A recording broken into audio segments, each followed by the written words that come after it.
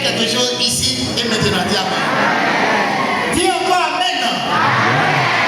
Dis Amen. Vous voyez, je ne sais pas si j'ai encore la foi de ce mesure-là. Peut-être que vous avez cette foi-là, mais je n'ai pas encore cette foi-là.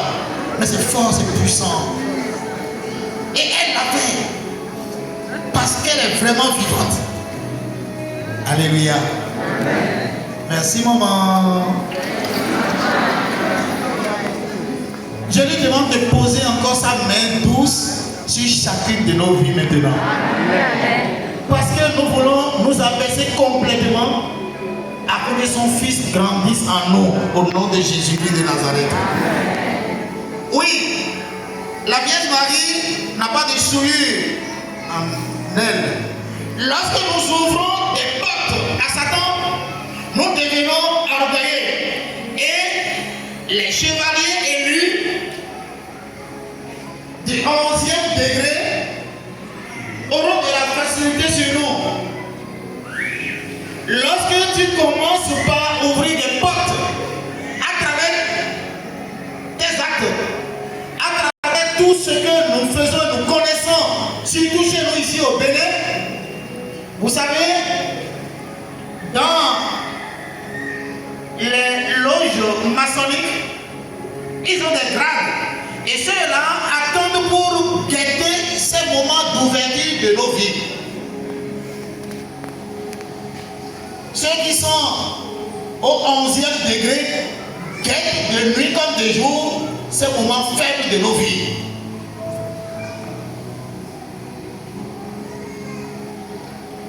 Et ainsi, chers frères et sœurs, lorsque tu te laisses, l'ennemi va t'abattre.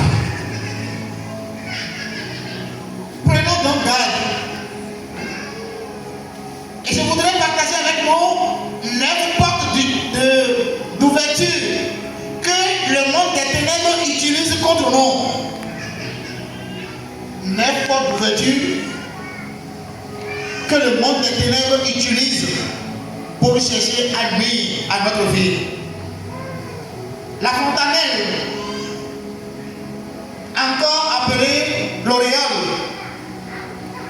Et lorsque tu ouvres des portes dans ta vie, cette partie affiche dans le monde spirituel, sorcellerie et autres, 2 couleurs. Les couleurs jaunes. Si la couleur jaune, si tu es du monde spirituel, si tu es dans le Seigneur, et noir, si tu es éloigné de Dieu. Donc lorsque ceux du monde des ténèbres observent sur ta vie, sur le plan spirituel, une couleur jaune, ils savent que cette personne-là, il n'y a pas une ouverture du monde des ténèbres. Cette personne-là s'est laissée complètement à Dieu. Mais lorsque la couleur va devenir noire, ils viendront t'assommer. Parce que tu as créé l'ouverture. Deuxième point d'ouverture, appelé dans le monde mystique l'étoile de David, qui traduit la vision.